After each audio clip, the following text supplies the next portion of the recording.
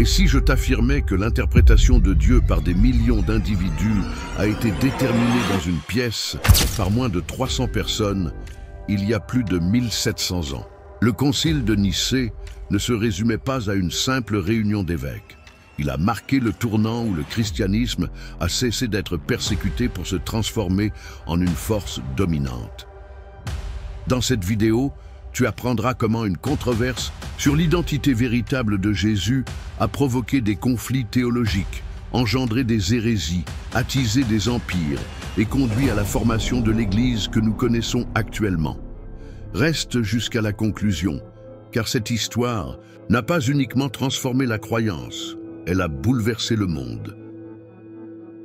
En l'an 325 de notre ère, alors que l'Empire romain se relevait toujours de longues périodes de crise et de persécution, plus de 300 chefs chrétiens se sont rassemblés à Nicée, dans ce qui est aujourd'hui la Turquie. Ils n'en étaient pas conscients à ce moment-là, mais ils s'apprêtaient à poser les bases de ce qui deviendrait l'une des institutions les plus influentes de l'histoire, l'Église catholique. Pensez un moment au tableau. Des évêques qui arrivent après de longues semaines d'un voyage périlleux, certains portant les marques évidentes de récentes persécutions, avec des yeux crevés, des mains défigurées, preuve palpable de la douleur liée à leur foi. On compte parmi ces figures emblématiques Nicolas de Bari, qui des siècles après servirait de modèle au Père Noël, et Athanase d'Alexandrie, qui n'était qu'un diacre, mais appelé à devenir l'un des théologiens les plus influents du christianisme. L'empereur Constantin, habillé en pourpre et or, décoré d'or et de gemmes, avait commandé l'édification d'un vaste hall pour cet événement. Sa présence n'était pas due au hasard. Il y a à peine un an, il avait défait son dernier adversaire, Licinius, consolidant ainsi l'Empire sous sa domination. Il cherchait également à unifier la religion qu'il avait décidé de défendre. Une polémique essentielle divisait la chrétienté. Quelle était véritablement la relation de Jésus-Christ avec Dieu le Père? Ce qui a eu lieu lors de ces périodes de discussions théologiques passionnées ne déterminerait pas uniquement l'enseignement chrétien concernant la nature du Christ, mais poserait aussi une base historique pour le lien entre le pouvoir politique et le religieux. L'ère où le christianisme serait passé de secte persécutée à religion officielle de l'Empire, influençant profondément la culture, la pensée et les institutions occidentales pendant les 2 millénaires suivants, aurait commencé avec le concile de Nicée. Les choix effectués dans cette pièce auraient un écho à travers les âges, engendrant des conflits, stimulant l'art, structurant les calendriers et, avant tout, façonnant la manière dont des millions d'individus percevraient leur lien avec le divin. Comment le christianisme a-t-il évolué d'une modeste communauté juive persécutée à une religion à la porte du pouvoir impérial en seulement 300 ans? Quand les apôtres de Jésus se mirent à diffuser son enseignement dans les cités de l'Empire romain, ils n'étaient qu'une petite poignée d'hommes et de femmes, souvent perçus comme une anomalie du judaïsme par de nombreuses personnes. Pour échapper à l'attention des autorités, les chrétiens primitifs se rassemblaient dans des demeures privées, des catacombes et des sites discrets. Ces derniers observaient avec méfiance ceux qui déclinaient la participation aux rites romains traditionnels. Initialement, les persécutions étaient intermittentes, mais elles sont devenues systématiques sous le règne de l'empereur Dioclétien, une période qu'on désigne comme la Grande Persécution, 303-313 après J.C. Des églises en ruine, des textes sacrés incinérés, des chrétiens livrés aux lions dans les arènes. Ces scènes ont laissé une empreinte indélébile dans la mémoire collective des fidèles. Paphnus d'Égypte, qui serait présent au concile de Nicée, a perdu un œil pendant ces persécutions. Paul de Néo-César avait les mains paralysées à cause de brûlures infligées avec des fers rougis. Chacun de ces individus représentait une illustration vivante d'une époque qui était tout juste en train d'être reléguée au passé. L'année 313 a marqué un tournant décisif lorsque les empereurs Constantin et Licinius ont ratifié l'édit de Milan, instauré la tolérance religieuse à travers l'ensemble de l'Empire. Les chrétiens pouvaient désormais exercer leur foi publiquement, récupérer leurs biens qui avaient été saisis et édifié des églises publiques. Le christianisme a commencé à se propager rapidement, surtout au sein des classes citadines, des femmes et des esclaves, en leur proposant une dignité et un espoir que le système social romain rigide leur refusait. Cependant, cette liberté, nouvellement acquise, a engendré des défis imprévus. En l'absence de persécutions externes, les divergences théologiques entre diverses communautés chrétiennes ont commencé à se révéler publiquement. Dans la ville d'Alexandrie, reconnue pour son intellectuel rayonnement dans le monde antique, un prêtre du nom d'Arius a commencé à dispenser l'enseignement selon lequel le Christ, bien qu'il surpasse tous les êtres créés, n'était pas identique à Dieu le Père. Il soutenait plutôt qu'il avait été créé par ce dernier avant l'existence du temps. Cette notion, apparemment anodine sur le plan théologique, a suscité une polémique susceptible de fragmenter l'Église alors qu'elle était en voie de renforcement. Au IVe siècle, les communautés chrétiennes se distinguaient par une diversité remarquée dans leurs rites et convictions. Certaines personnes fêtaient Pâques en respectant le calendrier juif, tandis que d'autres le faisaient à des dates divergentes. Certaines possédaient des structures organisationnelles clairement établies, tandis que d'autres adoptaient une approche plus égalitaire. Certaines considéraient certains écrits comme sacrés, tandis que d'autres les refusaient. Cette pluralité, qui avait cohabité durant la période des persécutions, constituait désormais un enjeu pour ceux qui, à l'instar de Constantin, percevaient le christianisme comme un potentiel facteur d'unification de l'Empire. L'idée d'un concile rassemblant des délégués de toutes les églises pour régler ces divergences commençait à se dessiner. Constantin était-il un véritable adepte du christianisme ou un habile homme politique qui a reconnu dans cette foi un moyen de souder son empire? Cette question a captivé l'attention des historiens pendant plusieurs siècles et reste un sujet de controverse. Selon le récit officiel de son biographe, Eusèbe de Césarée, à l'approche de la bataille décisive du pont Milvius contre Maxence, en 312 après J.C., Constantin aurait eu une apparition divine. Il aurait vu une croix rayonnante dans le ciel, accompagnée des mots « In hoc signo vinces ». Avec ce signe, tu vaincras. Sous cette guidance divine, il commanda à ses guerriers de décorer leurs boucliers avec des symboles chrétiens. Et, en effet, il remporta une victoire cruciale. Toutefois, les événements qui ont suivi jettent une ombre sur ce récit de conversion. Pendant de nombreuses années, Constantin a maintenu son titre de Pontifex Maximus, grand prêtre de la religion romaine traditionnelle. Il demeura présent sur les monnaies aux côtés de divinités païennes, telles que le Sol Invictus, et n'abandonna jamais pleinement certains rites impériaux portant des connotations religieuses classiques. Il est encore plus significatif qu'il ne fut baptisé chrétien que sur son lit de mort en 337 après J.C., une coutume qui n'était pas rare à cette époque, mais qui indique un lien complexe avec la religion chrétienne. L'année 324 a signalé un point de basculement essentiel. Constantin a triomphé de son dernier adversaire, l'empereur d'Orient Licinius, unifiant pour la première fois l'ensemble de l'Empire romain sous sa domination après des décennies. Le concile de Nicée serait convoqué par lui 8 mois plus tard. Durant cette période, les conflits théologiques, notamment la controverse arienne, mettaient en péril l'harmonie sociale dans de vastes régions orientales de l'Empire. Constantin adressa une lettre à Arius et au patriarche Alexandre, manifestant son mécontentement. « Tant que vous persistez à débattre de ces questions mineures et sans importance, je considère qu'il est non seulement inacceptable, mais est véritablement néfaste que tant de fidèles de Dieu soient ainsi divisés. » Le lien de Constantin avec sa mère, Hélène, introduit une autre dimension complexe à sa relation avec le christianisme. Hélène, qui a été par la suite canonisée, était une chrétienne fervente qui a réalisé des pèlerinages en Terre Sainte et, d'après la tradition, aurait découvert des reliques telles que la vraie croix.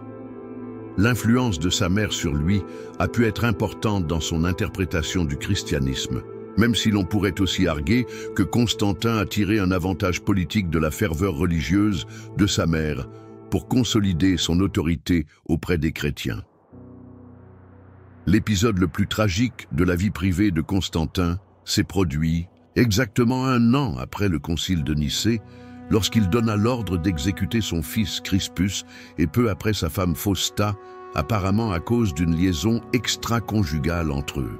Cet événement sanguinaire, qui s'accorde mal avec les principes chrétiens, a été perçu de différentes façons, allant d'une crise de jalousie à une conspiration de cour complexe.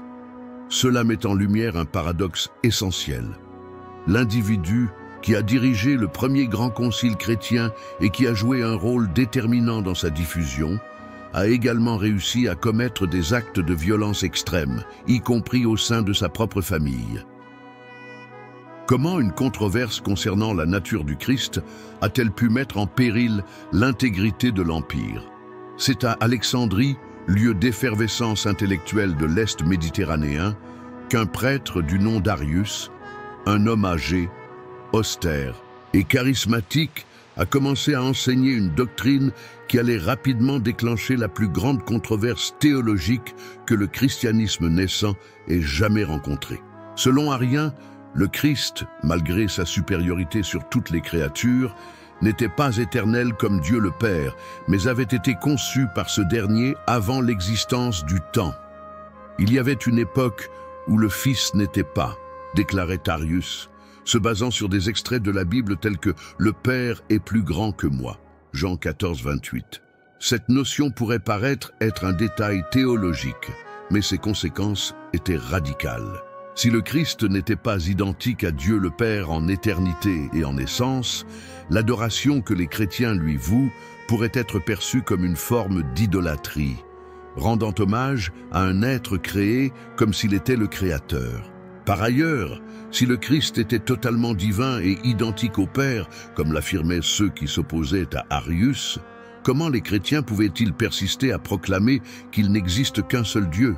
La controverse s'attaquait directement à la quintessence de l'identité chrétienne et de sa perception de la divinité.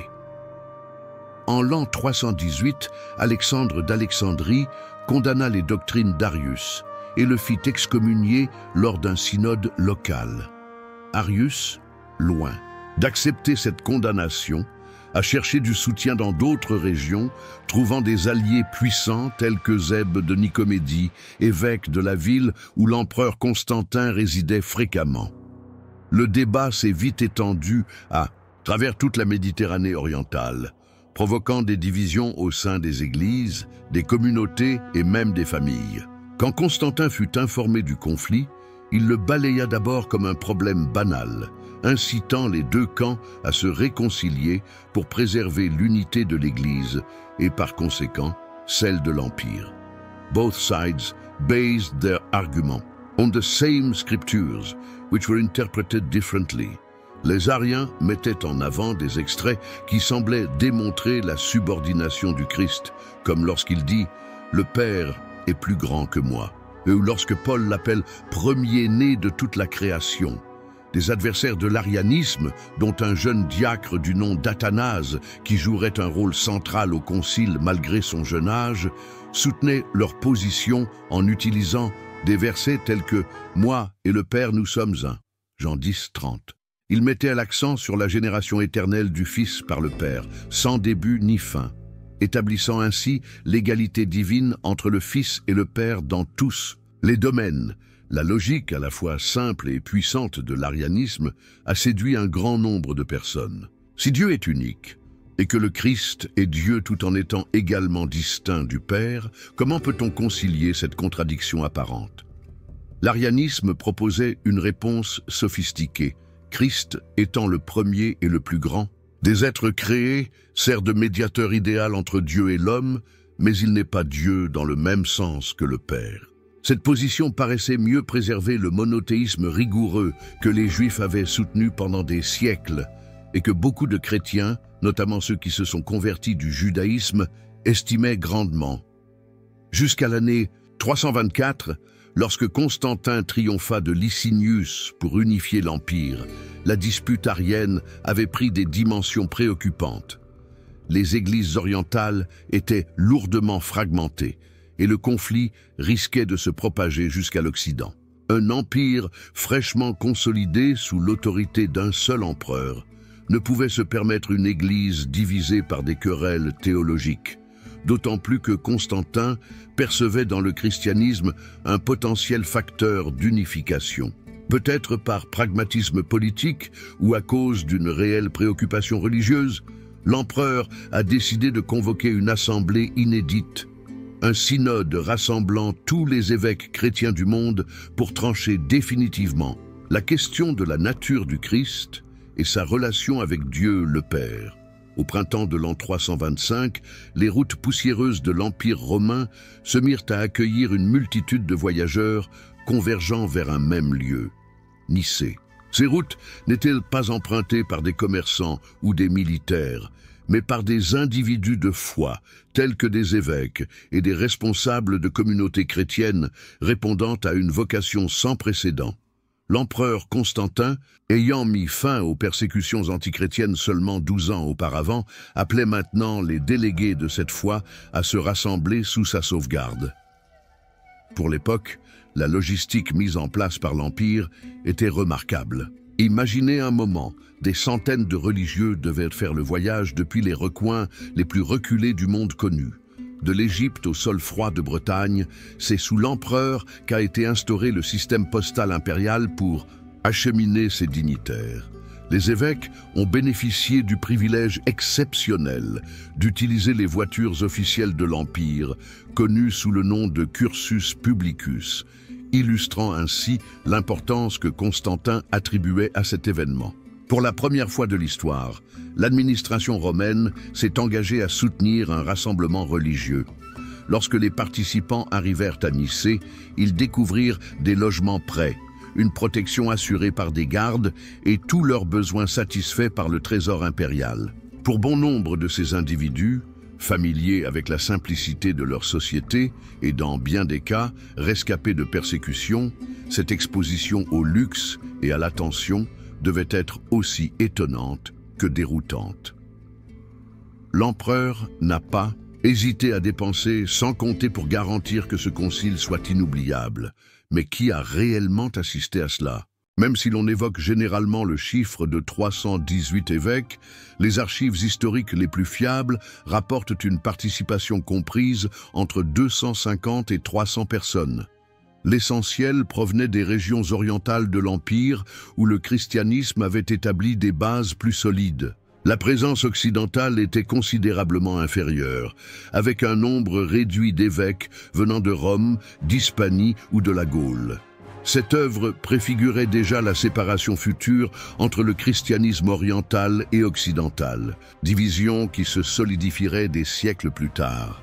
La décision de choisir Nicée comme lieu de résidence n'était pas fortuite. Positionnée à un emplacement stratégique non loin de Nicomédie, qui était alors la résidence impériale de Constantin, cette cité d'Asie mineure, aujourd'hui Iznik en Turquie, offrait à l'empereur la possibilité de rester sur place sans avoir à entreprendre un voyage prolongé. En outre, sa position géographique facilitait l'accès tant pour les évêques orientaux que pour ceux de l'Ouest. Nicée se transformerait alors en l'épicentre de décisions qui résonneraient à travers les âges, métamorphosant une modeste cité en la source de l'orthodoxie chrétienne. Au milieu de l'abondance de tuniques et de bâtons rassemblés à Nicée, on distinguait des personnalités qui resteraient dans les mémoires comme des éléments fondamentaux du christianisme. Osio de Cordoue, un conseiller respecté de l'empereur et vraisemblablement président du concile, avançait avec la prestance que lui donnait son long service et la confiance impériale. Cet homme d'origine espagnole, âgé de 60 ans, avait traversé les épreuves des persécutions sous Dioclétien et tenait désormais la charge de préserver l'ordre face à des discussions qui risquaient de se transformer en violence. En telle opposition à la longue expérience d'Osio se tenait Athanase d'Alexandrie, qui n'était alors qu'un simple diacre aux côtés de son évêque Alexandre. On n'aurait jamais pu anticiper à ce moment-là que ce jeune enthousiaste, âgé d'à peine 27 ans, se transformerait en l'avocat le plus ardent du nicéisme orthodoxe dans les décennies à venir. Sa capacité oratoire et sa passion théologique ont marqué les participants au concile, et sa plume acérée deviendra par la suite l'instrument le plus redoutable contre l'arianisme. Dans ses œuvres à venir, Athanase nous laisserait d'innombrables descriptions de ce qui s'est déroulé à Nicée. Eusèbe de Césarée, cet illustre historien, a joué un rôle majeur dans notre compréhension du christianisme des débuts. Il adoptait une position théologique modérée, visant à trouver un terrain d'entente entre les points de vue opposés. Son existence a assuré une documentation des événements, même si son témoignage n'est pas sans biais. Son homonyme, Eusèbe de Nicomédie, un ardent défenseur d'Arius et une personnalité influente à la cour impériale du fait de sa proximité géographique avec l'empereur, se tenait devant lui. On comptait parmi les assistants les plus respectés ceux qui exhibaient sur leur corps les traces de persécution. Des évêques dont les yeux ont été arrachés, les mains défigurées ou les jambes invalides à cause de la torture, sont devenus des témoins vivants de la foi qu'ils soutenaient.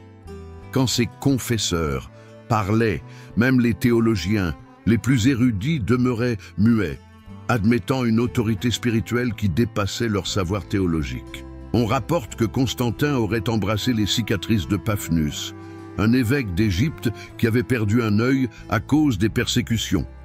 Une tradition populaire a sauvegardé une histoire qui, bien que probablement fictive, illustre la passion des discussions Saint Nicolas de Bari, effectivement le même qui, plusieurs siècles après, aurait inspiré l'image du Père Noël, aurait donné une claque à Arius dans un élan d'exaspération face à ses hérésies. La date d'ouverture du concile est inoubliable pour tous ceux qui y étaient. Les portes majestueuses du palais impérial de Nicée se sont ouvertes largement, tandis que les trompettes proclamaient l'entrée triomphale de Constantin. Les évêques, disposés en 2 files, contemplèrent avec admiration l'empereur qui s'avançait majestueusement au milieu d'eux, drapé de pourpre et d'or, sans porter la couronne, en signe de déférence à l'assemblée ecclésiastique. Selon Eusèbe de Césarée, l'empereur scintillait tel un ange du ciel, lorsqu'il prenait place sur un modeste trône d'or, en attente du geste des évêques pour s'installer, renversant ainsi symboliquement la hiérarchie traditionnelle. Les réunions quotidiennes du concile mêlaient la solennité cérémonielle à des discussions ardentes. Chaque jour matin, les évêques tenaient une réunion dans la vaste salle du palais, prenant place en fonction de leur rang et de leur provenance. Le protocole exigeait une présentation ordonnée des arguments. Cependant, les récits historiques montrent que fréquemment les débats se transformaient en querelles, et parfois même en injures, hérétiques et hérétiques. C'étaient des allégations qui résonnaient entre les colonnes de marbre lorsque les sentiments dépassaient le cadre conventionnel conciliaire. Le défi posé par la diversité linguistique était considérable. Malgré la domination du grec, dans le christianisme oriental, de nombreux évêques de l'Ouest ne se communiquaient qu'en latin. D'autres individus, originaires de régions telles que la Syrie, l'Égypte ou l'Arménie, avaient surtout une maîtrise de leur langue locale. Les traducteurs s'efforçaient sans cesse de garantir la compréhension des subtilités théologiques en discussion. Néanmoins, inévitablement, de nombreux détails se volatilisaient lors de la traduction, rendant d'autant plus ardue l'obtention d'un consensus sur des sujets déjà complexes et abstraits. Bien qu'il n'ait pas eu une formation théologique poussée, Constantin a joué un rôle essentiel lors des sessions. Plutôt que de juger le contenu doctrinal, l'empereur se posait en garant de l'unité. Les dissensions au sein de l'Église, a-t-il affirmé, me paraissent plus sérieuses que toute guerre ou affrontement. Quand les discussions devenaient trop complexes, Constantin encourageait les évêques à trouver des solutions de compromis, mettant l'accent sur la paix de l'Église plutôt que sur la rigueur théologique. Cette approche pragmatique illustre son objectif principal: exploiter le christianisme comme un vecteur d'unification pour l'Empire. Les périodes de tension maximale se sont produites quand l'Arius a été sollicité pour justifier ses points de vue. Malgré son statut qui ne lui conférait pas le droit de vote, il a été autorisé à présenter ses arguments. Selon des témoins, alors qu'il exposait sa conception du Christ en tant qu'être créé et subordonné au Père, une multitude d'évêques se fermaient les oreilles ou se détournaient en signe de désapprobation. Le climat était tellement hostile que, à maintes occasions, les gardes impériaux ont dû intervenir pour défendre les adeptes de l'arianisme. Ces séquences illustrent que, contrairement à certaines insinuations, le concile n'était pas simplement une imposition autoritaire, mais plutôt un authentique débat théologique durant lequel les croyances étaient ardemment soutenues. Constantin, loin de déterminer l'issue, a été contraint d'acquiescer au consensus qui se dessinait parmi la plupart des évêques. L'apogée du concile a été atteinte avec l'élaboration du Credo de Nicée, un texte qui marquerait de manière indélébile l'identité chrétienne. Lors d'une assemblée solennelle, les évêques adoptèrent une déclaration de foi confirmant sans réserve la divinité totale du Christ. Vrai Dieu de vrai Dieu, engendré, non créé, de la même essence que le Père. C'est cette phrase finale, en grec homoousios tou patri, qui est devenue le cœur de la controverse. Le concile, en utilisant simplement le terme homoousios, consubstantiel, affirmait que le Christ n'était pas une entité divine inférieure, comme l'affirmait Arius, mais qu'il partageait totalement la même substance divine que le Père. Cette décision théologique a entraîné des répercussions instantanées et spectaculaires. Arius et ses plus fervents partisans furent déclarés hérétiques, exclus de l'Église et envoyés en exil sur ordre de l'empereur. Leurs travaux furent saisis et incendiés publiquement, marquant le début d'une nouvelle période où l'autorité de l'État soutenait l'orthodoxie religieuse. Pour ceux qui avaient enduré des persécutions il y a à peine 10 ans, l'ironie était palpable. Le christianisme, maintenant sous la protection de l'empereur, commençait à persécuter ses propres dissidents. Le concile a également pris la décision importante d'unifier la date de Pâques. Jusqu'à ce point, de multiples communautés chrétiennes, spécifiquement en Asie mineure, observaient Pâques le même jour que la Pâque juive, 14 Nisan selon le calendrier hébreu, alors que d'autres la célébraient le dimanche suivant. Le concile a clairement statué que la célébration de la Pâque chrétienne devait avoir lieu le premier dimanche qui suit la première pleine lune après l'équinoxe de printemps, établissant ainsi une séparation définitive avec le calendrier juif. Ce choix, qui semblait être purement cérémonial, représentait la séparation grandissante entre le christianisme et le judaïsme, ainsi que l'établissement d'une identité chrétienne de plus en plus détachée de ses origines hébraïques. Outre le credo et la détermination de la date de Pâques, le Concile a édicté 20 canons régissant la vie de l'Église. Ces normes définissaient une hiérarchie distincte au sein de l'Église, établissant l'autorité supérieure de 3 sièges épiscopaux majeurs, Rome, Alexandrie et Antioche. Jérusalem et Constantinople seraient intégrés ultérieurement. Des questions disciplinaires ont aussi été réglementées, comme les critères pour devenir évêque, l'interdiction pour le clergé de percevoir des intérêts, ou encore l'interdiction de l'autocastration, une pratique ascétique extrême que certains avaient adoptée en interprétant littéralement certains passages évangéliques. Ces canons illustraient l'évolution du christianisme, d'un mouvement soumis à la persécution à une institution reconnue qui nécessitait des structures administratives bien définies. Il est aussi essentiel de préciser ce que le Concile n'a pas décidé en déconstruisant des mythes populaires. En opposition à certains discours complotistes contemporains, les évangiles canoniques n'ont pas été choisis à Nicée. Ce processus était progressif et presque finalisé avant le Concile. Ni ont été éliminés les écrits sur la réincarnation ou les vies antérieures de Jésus idée qui ne faisait pas partie de la première pensée chrétienne, et l'élévation du Christ à la divinité n'a pas été votée. Comme dans une démocratie, la plupart y croyaient déjà, il ne restait plus qu'à en préciser la formulation. Nous n'avons pas non plus abordé la question du rôle des femmes au sein de l'Église, ni instauré l'obligation du célibat pour les prêtres. Ces légendes, mises en avant par des œuvres de fiction modernes, masquent l'importance historique réelle de Nicée, le point où le christianisme a établi son identité théologique essentielle et a débuté sa mutation de religion persécutée à fondement du monde occidental. Quand les évêques ont quitté Nicée durant l'été de 325, la chrétienté a subi une transformation irréversible.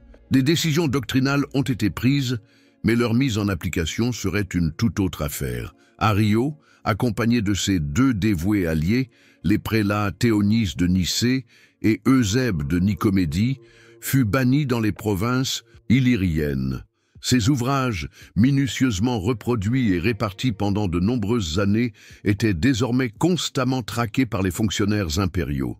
Des feux de joie furent allumés sur les places publiques d'Alexandrie, d'Antioche et d'autres cités majeures, où les écrits ariens furent consumés sous les ovations de leurs détracteurs. Il s'agissait d'un événement sans précédent dans l'histoire, où la machine étatique romaine, qui avait brûlé des livres chrétiens une dizaine d'années plus tôt, se mettait maintenant à détruire des textes au nom de l'orthodoxie chrétienne.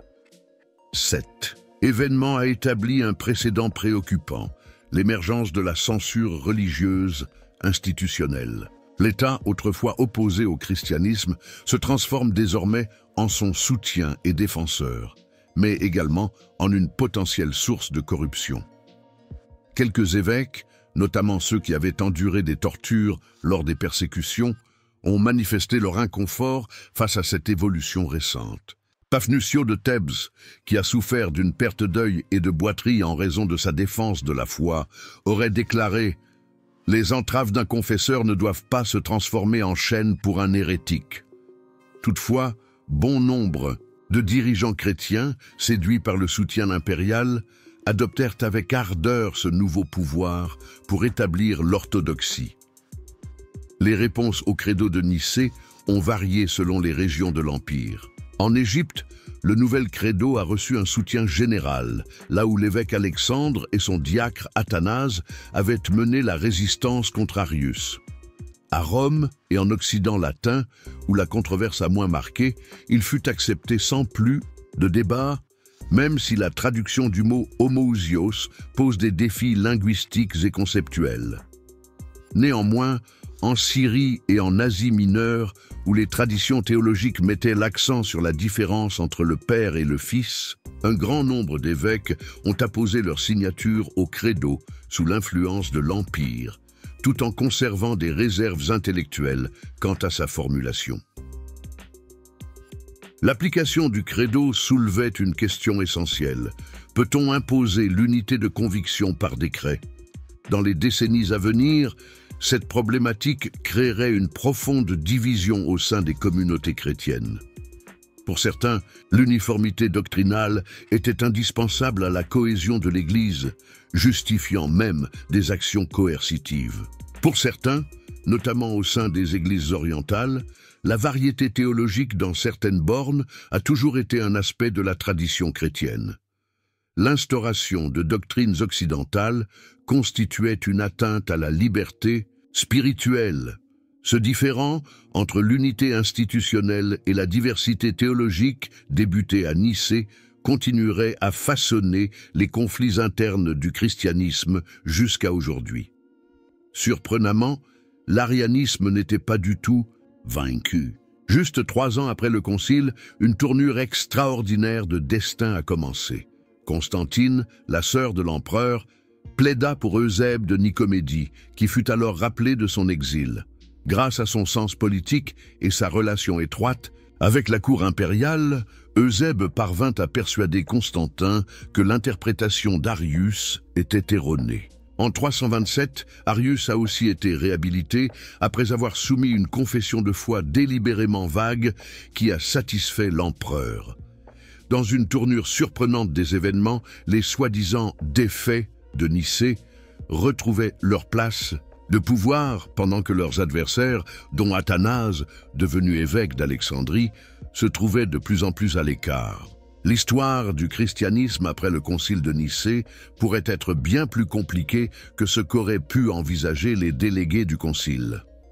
Constantin a de plus en plus pris part aux affaires ecclésiastiques durant ces dernières années, même s'il demeurait officiellement hors de l'Église. À l'instar de nombreux Romains de son temps, l'empereur avait différé son baptême, adhérant à la conviction que ce sacrement purguait tous les péchés commis jusqu'alors. Pour un homme marqué par les éclaboussures de sang de Constantin, qui a tué sa femme, son fils et beaucoup d'adversaires politiques, ce retard revêtait une signification tant pratique que spirituelle. L'empereur a été surpris par sa maladie terminale en 337, alors qu'il planifiait une offensive contre la Perse. Ressentant l'imminence de sa fin, Constantin prit une décision qui marquerait le cruel paradoxe de son existence religieuse. Il se fit baptiser par Eusèbe de Nicomédie, le prélat le plus distingué du camp pro-arien. Le même empereur qui avait convoqué le concile de Nicée afin de condamner l'arianisme est décédé en tant que chrétien baptisé par un adepte de cette doctrine. Dépouillé de ses habits impériaux et revêtu de la modeste tunique blanche des catéchumènes, l'ex-souverain tout-puissant du monde connu déclara « À présent, je sais véritablement que je suis béni. À présent, je sais que je mérite la vie éternelle. » Ce dernier paradoxe a captivé l'attention des historiens pendant des siècles. Constantin était-il véritablement chrétien ou juste un politicien astucieux qui a exploité la religion pour ses propres intérêts? Les sédiciotiques, éléments de preuve, indiquent une réaction plus nuancée que l'un ou l'autre de ces pôles extrêmes. Tout au long de son existence, Constantin a manifestement vécu une transformation spirituelle, évoluant d'une dévotion solaire transmise par son père vers une identification de plus en plus prononcée avec le christianisme. Toutefois, sa perception du christianisme a toujours été influencée par son éducation païenne et ses obligations impériales. Pour lui, la religion était inextricablement liée à la prospérité de l'Empire. Un culte divin approprié assurait la Pax Deorum, la paix avec les dieux qui garantissait le bien-être collectif. Le lex de Constantin concernant le lien entre l'Église et l'État se révélerait à la fois pérenne et problématique. D'une part, son soutien a affranchi le christianisme de siècles de persécution et lui a apporté les moyens nécessaires pour se développer comme jamais auparavant. Par ailleurs, son implication dans les questions doctrinales a instauré un précédent périlleux d'intervention gouvernementale dans les problématiques théologiques. Le modèle byzantin de symphonie entre le pouvoir impérial et ecclésiastique, où l'empereur était perçu presque comme un 13e apôtre, trouve ses origines dans la tradition constantinienne. Au cours de plus d'un millénaire, les empereurs byzantins ont considéré comme une seconde nature leur fonction de garant et d'arbitre de l'orthodoxie, en convoquant des conciles et parfois en imposant des doctrines à l'image de Constantin lors du concile de Nicée. Dans l'Occident, suite à l'effondrement de l'autorité impériale qui laissa un vide que l'Église allait combler petit à petit, l'héritage constantinien se métamorphoserait. Le concept selon lequel le pouvoir terrestre devait soutenir et préserver l'Église atteindra son aboutissement dans la théorie médiévale des deux épées. L'augustinisme politique occidental et la théocratie byzantine, bien que manifestement opposées, partagent une origine commune. La fusion révolutionnaire entre le christianisme et l'autorité impériale lancée par Constantin, mise en exergue au concile de Nicée. L'histoire de l'arianisme depuis sa condamnation officielle à Nicée représente l'un des volets les plus étonnants et méconnus de l'histoire chrétienne. Cette doctrine, longtemps jugée hérétique, loin de s'éteindre, a connu un extraordinaire regain d'intérêt. Sous le règne de Constance II, de 337 à 361, qui était le fils et successeur de Constantin, l'arianisme a bénéficié du soutien impérial et a quasiment été érigé en doctrine officielle de l'Empire. Athanasios, le défenseur de l'orthodoxie. Nicéenne connut 5 exils, durant lesquels il passa plus de 17 ans loin de son trône à Alexandrie. Il paraissait que l'histoire avait pris un virage décisif. Les vaincus de Nicée contrôlaient maintenant la scène ecclésiastique pendant que les partisans du credo nicéen étaient mis à l'écart. Cette ère de suprématie aérienne se distinguait par une complexité théologique considérable. En réalité, l'étiquette arianisme recouvrait un éventail de positions, du subordinationnisme radical à des formulations très similaires à l'orthodoxie nicéenne. Différentes sectes émergèrent. Les anoméens, qui soutenaient que le Fils était entièrement différent du Père.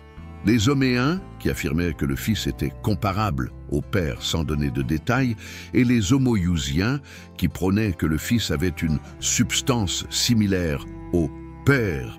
Ces divers groupes rivalisaient aussi intensément qu'ils s'opposaient aux Nicéens, organisant leur propre concile et établissant leur propre credo. Le concile de Rimini-Séleucie, 359, en vint même à proclamer un credo homoïen comme formule officielle pour tout l'Empire, amenant saint Jérôme à lamenter célèbrement « Le monde entier gémit et s'étonna de se voir arien ». Un moment crucial dans l'histoire de l'arianisme s'est produit lorsque cette doctrine, en perte de vitesse au sein de l'Empire après le décès de Constance II, a ressuscité parmi les peuples germaniques au-delà des limites romaines. L'évêque Ulfilas, de descendance gothique et formé à Constantinople durant l'ère arienne, a traduit la Bible en langue gothique et a missionné son peuple dans la foi chrétienne selon l'exégèse arienne. L'arianisme s'est diffusé à d'autres groupes germaniques, tels que les Vandales, les Suèves et les Lombards via les Goths. Quand ces tribus ont envahi l'Empire romain d'Occident au VIe siècle, elles ont amené avec elles leur christianisme arien, ce qui a mené à une situation plutôt singulière. Des conquérants ariens dirigeant des populations catholiques nicéennes. Cette séparation confessionnelle entre les Germains arians et les Romains nicéens a engendré des répercussions politiques et sociales majeures qui ont participé indirectement à la désintégration de l'Empire d'Occident. Dans des régions telles que le nord de l'Afrique contrôlée par les Vandales ou l'Espagne dominée par les Wisigoths, l'élite arienne au pouvoir demeurait distincte de la population catholique locale, ce qui compliquait l'intégration susceptible de revigorer les structures impériales en péril. Cependant, les Francs, qui se sont directement convertis au catholicisme sous Clovis 498, ont réussi une intégration plus efficace avec la population gallo-romaine, établissant ainsi les fondements du succès relatif de leur royaume par rapport à d'autres États germaniques successeurs. L'arianisme a finalement cessé d'exister comme une puissance religieuse notable durant le Haut Moyen-Âge. Au cours du 7e siècle, la conversion des Wisigoths d'Espagne au catholicisme sous le règne de Récared en 587 a été suivie par celle des Lombards, influencée par la reine Théodolinde.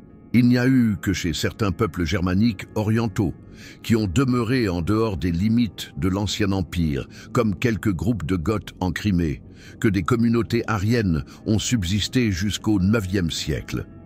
L'enseignement, qui avait jadis menacé de devenir l'interprétation prépondérante du christianisme, s'est finalement dissous, laissant comme principal legs les clarifications christologiques que son défi a contraint à élaborer les théologiens de Nicée. Le credo établi à Nicée ne demeurerait pas immuable. Lors du premier concile de Constantinople, 381, il a été révisé et étendu, en particulier concernant la divinité du Saint-Esprit, qui a été affirmée clairement en réponse à des controverses récentes. Cette version élargie, référencée comme le credo nicéno-constantinopolitain, est celle qui a perduré à travers les âges et qui est récitée dans les services dominicaux par les catholiques, orthodoxes, anglicans, ainsi que par de nombreuses églises protestantes. Tous les dimanches, des millions de chrétiens dans des dizaines de milliers d'églises à l'échelle mondiale récitent des mots minutieusement élaborés lors de ces fervents débats de Nicée, peut-être sans vraiment saisir l'histoire tumultueuse qui s'y rattache.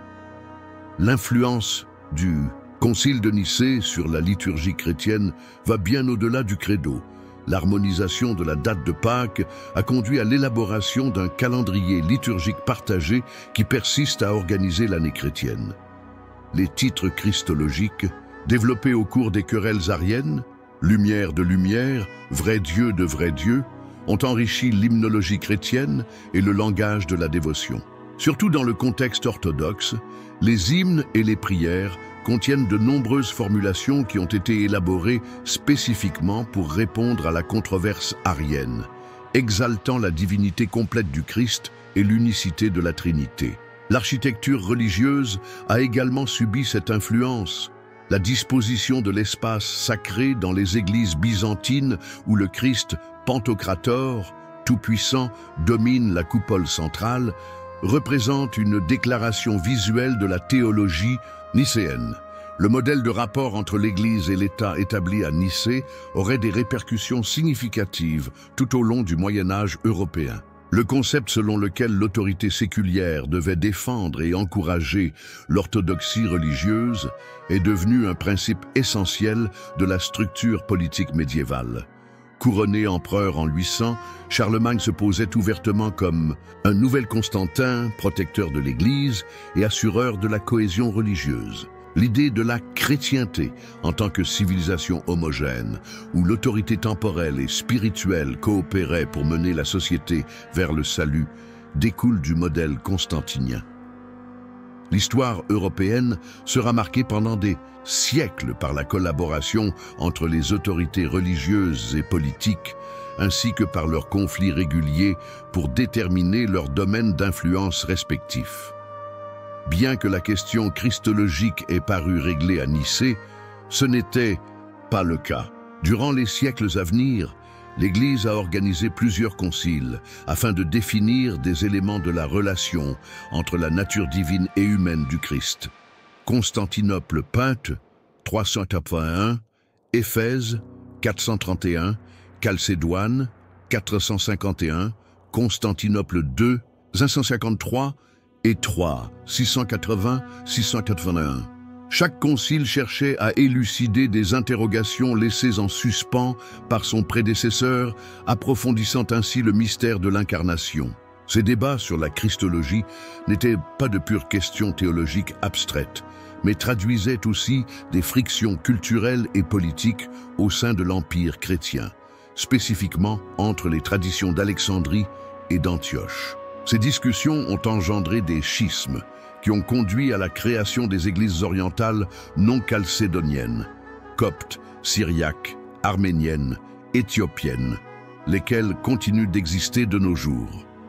De nos jours, le credo de Nicée constitue l'un des rares éléments que pratiquement toutes les dénominations chrétiennes traditionnelles reconnaissent comme autoritaires. Des orthodoxes, des catholiques, des anglicans, des luthériens et une multitude d'églises réformées voient en lui une manifestation essentielle de leur croyance, bien que cela comporte diverses nuances d'interprétation.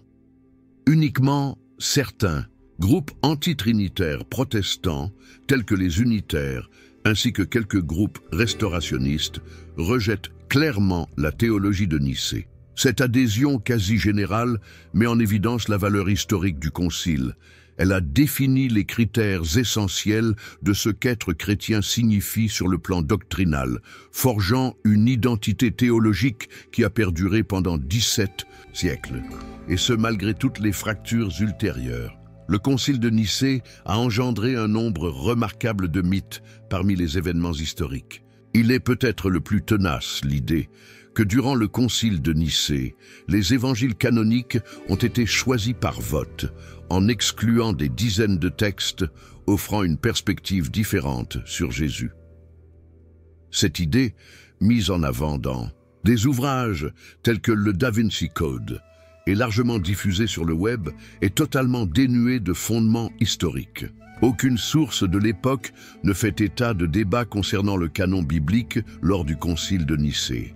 En réalité, les archives du Concile ne comportent aucune mention de discussion relative aux ouvrages, qui devraient être qualifiés d'écriture. Saint-Ouen l'Histoire nous montre que l'établissement du canon néo-testamentaire fut un processus progressif qui était quasiment achevé avant le Concile de Nicée.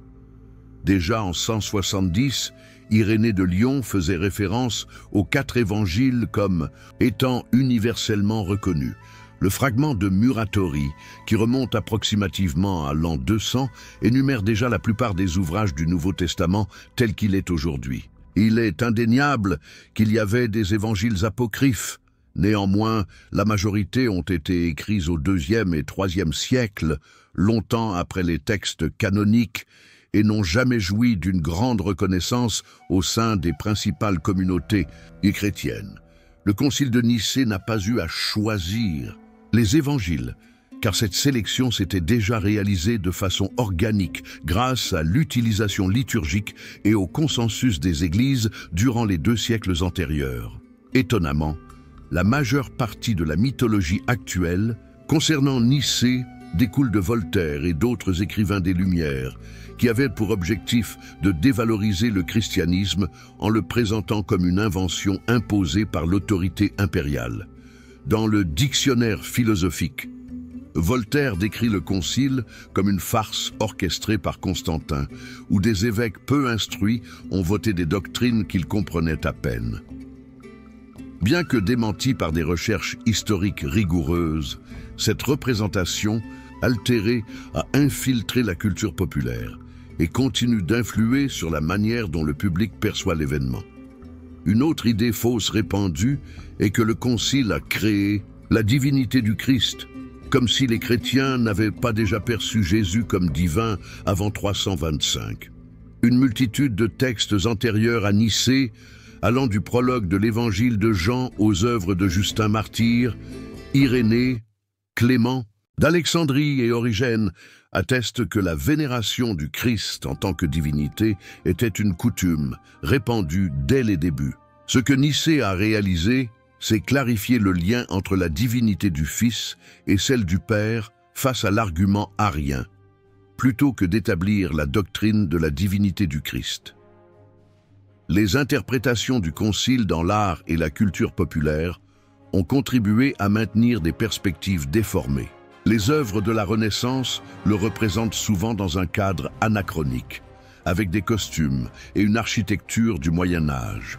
On le dépeint fréquemment dans le cinéma et la télévision comme un événement obscur où des évêques malveillants ourdissent des conspirations pour dissimuler des vérités, consolidant ainsi des théories du complot sans base historique. Ces images se distinguent nettement des narrations contemporaines, évoquant des discussions théologiques vigoureuses entre individuels qui, malgré leurs divergences, poursuivaient authentiquement la vérité selon leur propre perspective. L'histoire moderne a révolutionné notre perception du Concile en le plaçant dans son contexte complexe, mêlant enjeux politiques, sociaux et théologiques. L'accès à des documents orientaux qui étaient auparavant sous-exploités, tels que les textes syriaques et coptes, a permis d'élaborer une représentation plus exhaustive et nuancée. L'histoire sociale, grâce à ces progrès, nous permet de saisir comment les disputes théologiques mettaient aussi en lumière des frictions culturelles et politiques entre diverses régions de l'Empire. Les recherches concernant la christianisation de l'Empire romain ont mis en évidence la complexité de cette opération, où l'action impériale se mêlait à des dynamiques sociales et religieuses déjà existantes. Au-delà des interprétations simplistes de la culture populaire, le Concile se dessine comme un événement aux multiples facettes qui ne peut être appréhendé qu'en prenant en compte les complexités inhérentes à son époque. Si l'on cherchait à déceler un instant précis où le christianisme a quitté son statut de courant marginal pour se muer en une institution prépondérante de la civilisation occidentale, cet instant pourrait assurément être le Concile de Nicée. C'est là, pour la première fois, que des délégués de diverses communautés chrétiennes, dispersées tout autour du monde méditerranéen, se sont rassemblés sous la protection de l'Empire afin de déterminer conjointement leur identité doctrinale.